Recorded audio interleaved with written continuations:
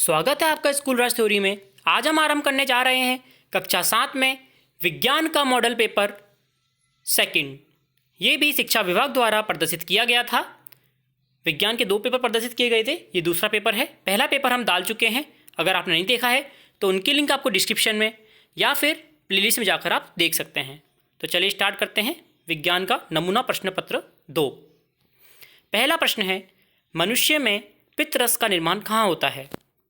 उत्तर आएगा यकृत।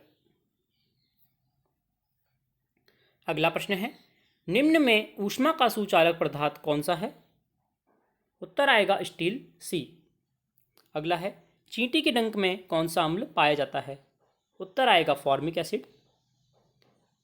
प्रश्न 4 है, राजस्थान की जलवायु का प्रकार क्या है? उत्तर आएगा शुष्क। प्रश्न 5 है, किसी वस्तु की चाल का सूत्र क्या होगा? उत्तर होगा दूरी बटा समय। अगला प्रश्न है, निम्न में विद्युत धारा की तापीय प्रभाव का आधारित उपकरण क्या होगा? उत्तर आएगा हीटर। प्रश्न 2 है, पवन किसे कहते हैं? उत्तर देखते हैं। गतिशील वायु को पवन कहते हैं। प्रश्न 3 है, मछली में श्वसन अंग का नाम बताइए। उत्तर होगा क्लोम या गिल। प्रश्न 4 है, कायिक प्रवर्धन की परिभाषा लिखिए। उत्तर होगा, यह एक प्रकार का अलैंगिक जनन है जिसमें पादप के मूल, तने, पत्ती अथवा कली जैसे किसी कायिक अंग द्वारा नया पादप प्राप्त किया जा सकता है। इस प्रकार के जनन को कायिक प्रवर्धन कहते हैं। प्रश्न 5 है, एलईडी का पूरा नाम लिखिए। उत्तर होगा प्रकाश उत्सर्जक डायोड। प्रश्न 6 देखेंगे, विद्युत घंटी विद्युत धारा के चुंबकीय प्रभाव पर आधारित होता है। खालिस्तान में क्या आएगा? चुंबकीय आएगा। अगला है, नियत चाल से गति करने वाली वस्तु का दूरी समय ग्राफ खालिस्तान होता है। इसका उत्तर आएगा सीधी रेखा। देखते हैं, इसका उत्तर लिखना है हमें सीधी रेखा। सीधी रेखा, नियत चाल से गति करने वाली वस्तु का दूरी समय ग्राफ सीधी रेखा होता है। अगला है, अम्ल और क्षार की क्रिया के फलस्वरूप किसका निर्माण होता है? लवण व जल का। प्रश्न नंबर 9 देखेंगे, अमाशय में अम्ल का क्या कार्य होता है? अमाशय में अम्ल अनेक ऐसे जीवाणुओं को नष्ट करता है जो भोजन के साथ पहुंच जाते हैं। साथ ही यह माध्यम को अम्लीय बनाए रखता है जिससे पाचक रसों को क्रिया करने में सहायता मिलती है। प्रश्न नंबर 10 है, ऊष्मा के चालक तथा कुचालक पदार्थों में अंतर बताइए। जो पदार्थ अपने में से होकर ऊष्मा को आसानी से जाने देते हैं वे ऊष्मा के चालक होते हैं। उदाहरण एल्यूमिनियम, कॉपर, आयरन। जो पदार्थ अपने में से ऊष्मा नहीं जाने देते वे ऊष्मा के कुचालक होते हैं, जैसे प्लास्टिक, सूखी लकड़ी। प्रश्न नंबर 11 है, दैनिक जीवन में उदासीनता अभिक्रिया का एक उदाहरण समझाइए। आमाशय में हाइड्रोक्लोरिक अम्ल पाया जाता है लेकिन आवश्यकता से अधिक मात्रा में होने पर अपाचन हो जाता है तथा अपाचन से मुक्ति के लिए दूध या मैग्नीशियम जैसी कोई प्रति अम्ल लेते हैं। यह अम्ल के प्रभाव को उदासीन कर देता है। प्रश्न नंबर 12 है, लोहे पर जंग लगने की क्रियाविधि समझाइए और संबंधित रासायनिक समीकरण भी लिखिए। उत्तर होगा, यह एक ऐसा परिवर्तन है जो लोहे की वस्तुओं को प्रभावित करता है और धीरे धीरे उन्हें नष्ट कर देता है। जंग लगने की अभिक्रिया का समीकरण है लोहा प्लस ऑक्सीजन प्लस जल। क्या बनता है? जंग, Fe2O3। प्रश्न नंबर 13 है, मानसून क्या है? स्थल से हवा का समुद्र में जाना और समुद्र का स्थल की तरफ आना यह एक प्राकृतिक घटना है। जब स्थल से समुद्र की तरफ हवा का बहाव होता है उस समय वह शुष्क होती है, लेकिन जब सागर से हवा स्थल की तरफ जाती है तो उसके साथ जल वाष्प की मात्रा होती है। जल वाष्प की मात्रा अधिक होने के कारण वह वर्षा के रूप में स्थल पर गिरती है, जिसे हम जल मानसून कहते हैं। प्रश्न 14 है, पवन का वेग बढ़ने से वायुदाब कम हो जाता है, उदाहरण देकर समझाइए। हाँ, पवन का वेग बढ़ने पर वायुदाब कम हो जाता है। एक हम क्रियाकलाप द्वारा देखते हैं। निम्न चरणों के माध्यम से हम पवन के वेग और वायुदाब के बीच संबंध को जान सकते हैं। पहला, सबसे पहले हम समान अमाप वाले दो गुब्बारे लेते हैं। इन गुब्बारों को थोड़ा पानी भर लें। अब इन दोनों गुब्बारों को फुलाकर प्रत्येक को धागे से बांधते हैं। फिर गुब्बारे को साइकिल के स्पोक अथवा किसी छड़ से 8 से 10 सेंटीमीटर की दूरी पर लटका देते हैं। इसके बाद दोनों गुब्बारों के बीच के स्थान में फूंक मारते हैं तो हम देखते हैं कि एक दूसरे की ओर आने का प्रयास करते हैं। ऐसा तभी संभव होता है जब गुब्बारों के बीच के स्थान का वायु का दाब किसी तरह कम हो जाए। तब गुब्बारों की दूसरी ओर बाहर का दबाव उन्हें एक दूसरे की ओर धकेलता है। चूंकि दोनों गुब्बारों के बीच के स्थान में फूंक मारते हैं, फूंक मारने से इनके बीच के स्थान का वायु दाब घट जाता है, परंतु गुब्बारों के बाहर की ओर वायु दाब अपेक्षाकृत अधिक होती है। इसलिए बाहर का वायु दाब एक दूसरे की ओर धकेलने लगता है। इससे हम जान सकते हैं कि पवन का वेग बढ़ने पर वायु दाब कम हो जाता है। प्रश्न 15 है, मंद एवं तीव्र गति के उदाहरण सहित अंतर स्पष्ट कीजिए।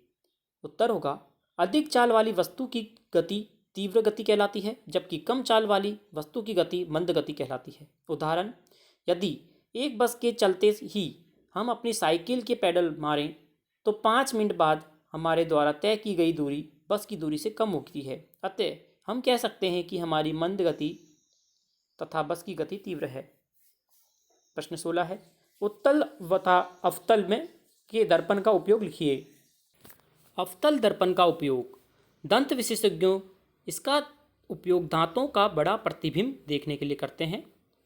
उत्तल दर्पण का उपयोग स्कूटर या कार जैसे वाहनों में पार्श्व दर्पण जो साइड मिरर होते हैं में पीछे की अपेक्षाकृत अधिक क्षेत्र के वाहनों को देखने के लिए इसका उपयोग किया जाता है।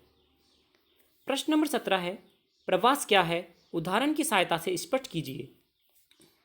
उत्तर है, कई जीव जंतुओं को जीवित रहने के लिए अपने शरीर को गर्म रखना आवश्यक होता है। इसी कारण अनेक प्रकार के पक्षी सर्दियों के आते ही अपेक्षाकृत गर्म स्थानों पर चले जाते हैं तथा सर्दियों में अन्य स्थान पर रहना प्रवास कहलाता है। उदाहरण के लिए साइबेरियन क्रेन प्रवास के लिए राजस्थान के भरतपुर में आते हैं। प्रश्न 18 है, क्या पादप भी श्वसन करते हैं, चित्र सहित वर्णन कीजिए। अन्य जीवों की भांति पादप भी जीवित रहने के लिए श्वसन करते हैं। ये वायु से ऑक्सीजन ग्रहण करते हैं और कार्बन डाइऑक्साइड को निर्मुक्त करते हैं। इनकी कोशिकाओं में भी ऑक्सीजन का उपयोग अन्य जीवों की भांति ही ग्लूकोज को कार्बन डाइऑक्साइड और जल में विखंडन करने के लिए किया जाता है। पादप में प्रत्येक अंग वायु से स्वतंत्र रूप से ऑक्सीजन ग्रहण करके कार्बन डाइऑक्साइड को निर्मुक्त कर सकता है। पादप की पत्तियों में ऑक्सीजन और कार्बन डाइऑक्साइड के विनिमय के लिए सूक्ष्म छिद्र होते हैं जो रंध्र कहलाते हैं। पादप के अन्य सभी कोशिकाओं की भांति ही मूल कोशिकाओं को भी ऊर्जा उत्पन्न करने के लिए ऑक्सीजन की आवश्यकता होती है।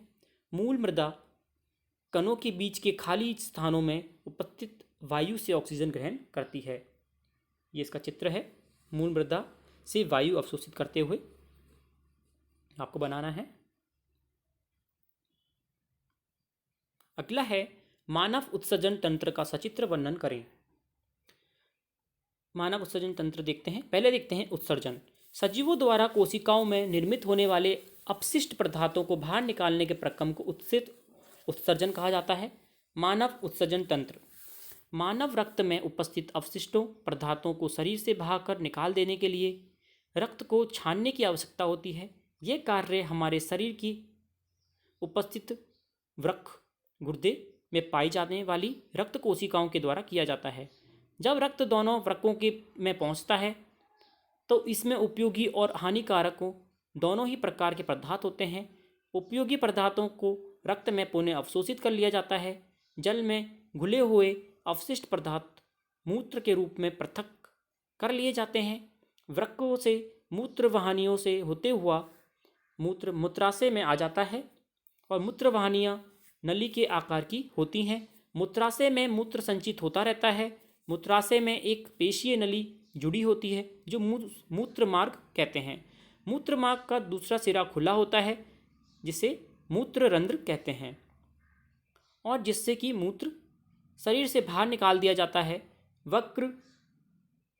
वृक्क मूत्र वाहिनियाँ मूत्राशय और मूत्र मार्ग सम्मिलित रूप से उत्सर्जन तंत्र बनाते हैं। कोई वयस्क व्यक्ति सामान्यतः 24 घंटे में 1 से 1.8 लीटर मूत्र करता है, जिसमें 95% जल, 2.5% यूरिया, 2.5% अन्य अवशिष्ट पदार्थ होते हैं। ये मानव उत्सर्जन तंत्र का चित्र है, ये आपको बनाना है। अगला देखते हैं, बीज प्रकीर्णन से आप क्या समझते हैं, उदाहरण देकर समझाइए। बीज प्रकीर्णन, प्रकृति में एक ही प्रकार के पादप विभिन्न स्थानों पर उगे हुए होते हैं। ऐसा बीजों के विभिन्न स्थानों पर प्रकीर्णन द्वारा होता है। प्रकृति में पादप के फलों और बीजों का प्रकीर्णन पवन, जल और जंतुओं द्वारा होता है। पवन द्वारा सेहिजन, ड्रमस्टिक तथा द्विफल मैपल जैसे पादप के पंखयुक्त बीज, घासों के हल्के बीज अथवा आँख जो मदार के रोमयुक्त बीज और सूरजमुखी के रोमयुक्त फल पवन के साथ उड़कर सुदूर स्थानों तक चले जाते हैं। जल, कुछ बीज जल द्वारा प्रकीर्णन होते हैं। ऐसे बीज अथवा जलों के आवरण स्पंजी अथवा तंतुमय होते हैं ताकि वे जल में तैरते हुए एक स्थान से दूसरे स्थान तक जा सके, जैसे कि नारियल। तीसरा है जंतुओं द्वारा। कुछ बीज जंतुओं द्वारा प्रकीर्णन होते हैं, विशेष रूप से कंटकी, कांटेदार, जिनमें हुक जैसी संरचनाएं होती हैं, जिससे बीज जंतुओं के शरीर से चिपक जाता है और दूरस्थ स्थानों तक चला जाता है। उदाहरण के लिए यूरेना एवं जेनिथियम के बीज। चौथा है, कुछ पादपों के फल झटके के साथ फट जाते हैं, जिससे उनके अंदर स्थित बीज प्रकीर्णित हो जाते हैं। बीज जनक पादप से दूर जाकर गिरता है। एरंड और ब्लास्म के पादप ऐसा ही होता है। आशा करता हूँ आप ये प्रश्नोत्तरी और मॉडल पेपर आसानी के साथ पूरा कर पाए होंगे। इसी प्रकार आगे भी करने के लिए जुड़े रहिए चैनल के साथ। धन्यवाद।